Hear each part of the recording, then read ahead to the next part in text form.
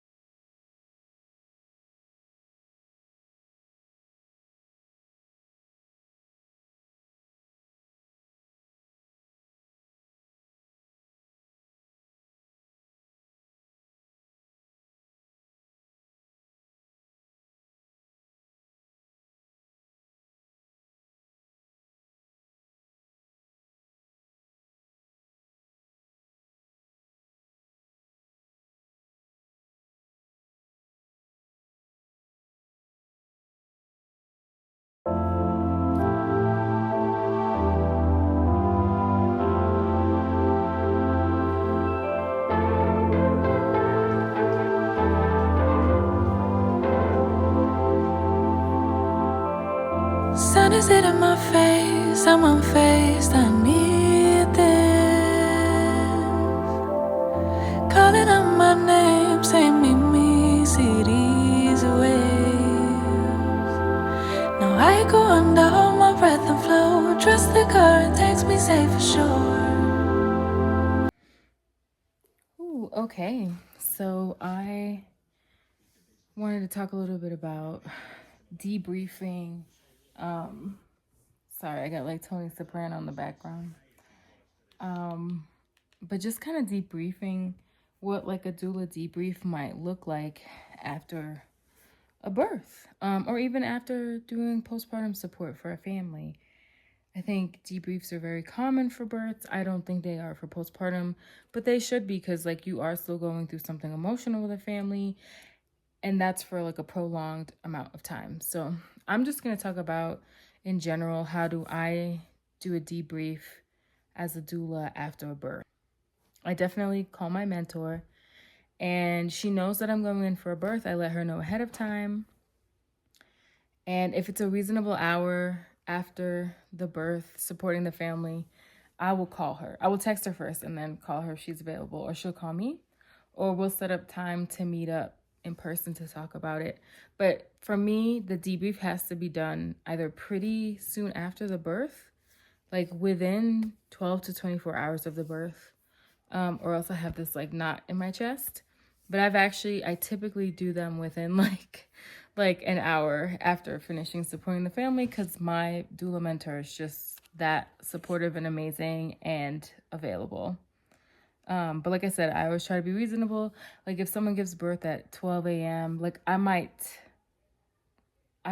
I'm done, I might text her at 2 a.m. and be like, baby's here, and, call you tomorrow or something like that. But anyway, don't have to get into the minutiae like that. But first things first is, if you're a doula and you've been doulaing for like 3 years or less, you should have a mentor. Absolutely.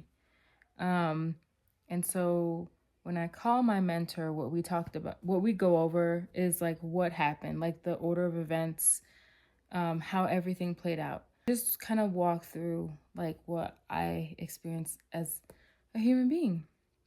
And I do these debriefs regardless of the outcome of the birth. So let's say very few births go like you think they're gonna go. But let's say it goes exactly how you would like hope or imagine it to go. Like, you still have to debrief. You still have to talk about it, because I feel like when you're at a birth, like, you give up, not to get spiritual or woo-woo, but like a piece of your soul is like left in that room. Yeah, so like a piece of your soul is left there. You're doing a lot of emotional work. You're doing a lot of physical work.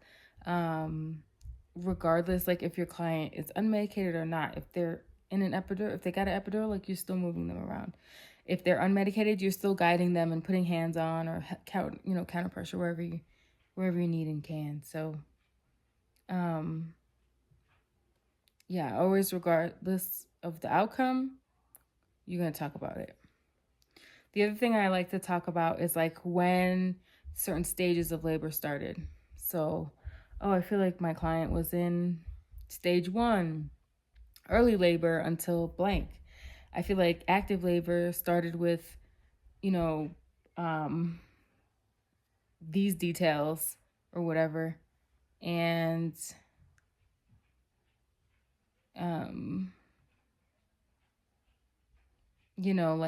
they started pushing, they felt the urge to push, and they pushed for 20 minutes or whatever the case may be. And I think it's important to capture those, because then you're starting to see and capture patterns in birth and labor. So for me, I'm like, oh, well, that mom or that person pushed for 20 minutes, but when they started pushing, their baby was at +2, +3. And then I'm like, oh, well, the moms who start pushing at +1 or a little bit soon or whatever, they may have pushed longer. Or sometimes it could be like, oh, a mom had ejection reflex, where their uterus just pushes the baby out like in like 3 contractions, and like the birthing person does nothing. The uterus does everything. So I think it's really important to repeat it out loud, because then you're capturing and seeing things and realizing things, which leads me to like talking about, it's something, it leads to something new that you've either learned or experienced. So for example, in like 18 births, I've only seen ejection reflex happen twice in the past year and a half, right? Or I've witnessed 2 episiotomies, right? And the approach to them were very different. So now I'm keeping in mind, next time if I do have a client that has to get an episiotomy, or it is recommended to them, I know what it looks like to wait, take pause, talk to the doctor, get the doctor's guidance, feedback, etc. Like, it doesn't have to be this like sudden thing. Like, you can have a conversation with your doctor about it. Just, seeing someone, unfortunately, experience like pulmonary embolisms or hemorrhaging, you get to talk these things out. You have to talk about these things because, you know, people are going through a lot during birth. But it's different to witness it from the outside. So yeah, I always talk about something that I saw that was new, or something I learned, or something that was just like a new experience for me. The other thing I like to highlight is like, what did I do during pain management or comfort measures? So, you know, did I do shaking of the apples? Did I do a lot of counter pressure on the sacrum? Did I do squeezing the hips? Like, everyone is different. And in labor, some people might like shaking of the apples for 3 contractions, and then you try it for the 4th contraction and they're like, don't touch me. And then they go through a couple of contractions and they're like, somebody help me. Because each contraction is different and the feelings are different. But talking about like, how did I, or get the partner to help? Because I've had some dads tag team with me. It's like, I'll do 3 contractions, you do 3 contractions. And it's just like, because shaking of the apples requires some upper body strength. And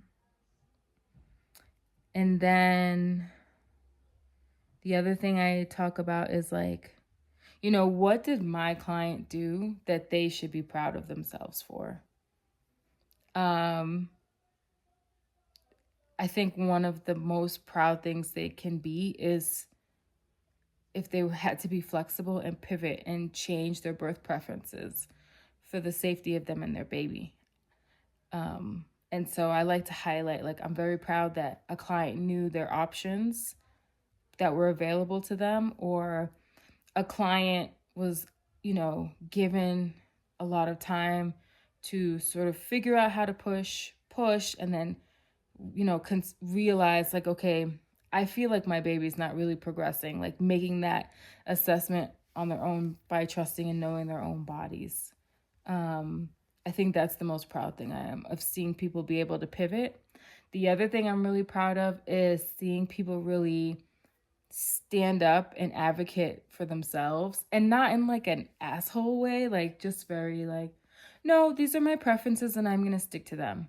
Despite the provider being like, oh, you're silly, why would you do that? And the client just being like, oh, that's what I prefer. Is there a medical reason for you to offer X, Y, and Z? And the provider's like, no. And then the client's like, great.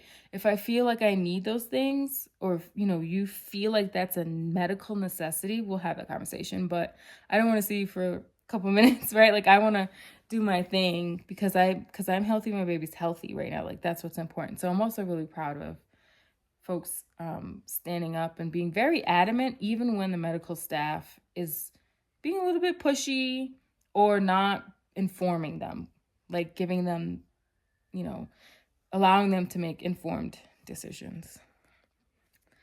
But always highlight what in that moment made you proud about your client. And also, what are you proud of about yourself that you were able to do during that labor? Because it's really hard. The other thing I like to talk about during my debrief is like, oh, I would like to do a refresher course on, like reading the monitor, understanding baby heart rate and deceleration during contractions, X, Y, and Z. Like that's a good reflection, because then you can look for a workshop or ask your mentor about that. Like, oh, can you explain VLCHOP to me better? VLCHOP is an acronym that labor and delivery nurses and OBs use when they're assessing like how baby's doing, like, throughout labor. Not to get into the specifics, right? But like, if you have this conversation with your mentor, they'll be like, oh, you feel like you need to work on this skill or whatever? Great. Then I will recommend this class, or I know this workshop's coming up, or I'm teaching a workshop that I think you should attend. The other thing is like, or the last thing I should say is like, just process it. Like, how do you feel about that particular birthing experience? And however you feel is valid. I feel proud. I am disappointed in myself. I was scared. I was nervous for what I witnessed. I I felt okay about it. I felt like I could have done X, Y, and Z. But like, don't blame yourself. It's just, I think it's like, still acknowledge like how you feel about something is really important. So that's kind of like some of the bullet points that I talk about when I do a debrief with my mentor. And I think every doula should do that. So, and do that before you go and see your client postpartum. So you've kind of like washed away whatever you're feeling, so that when you go to see them, you can be that neutral support that they need, not coming in there with like, feeling bad about yourself. You already got rid of all that bad juju. Now you're going in to support them and just kind of get them to do a birth debrief with you, because their perspective might be different. Like, I feel like there was like one birth where I feel like I was a little traumatized, but my client wasn't. So that's why it's like you're kind of cleansing your soul before you go and see them, so that they can unload what they've experienced with you. And that's it. So I had a debrief this week. So I can always count on my mentor to kind of help me there, and it's important that you do it.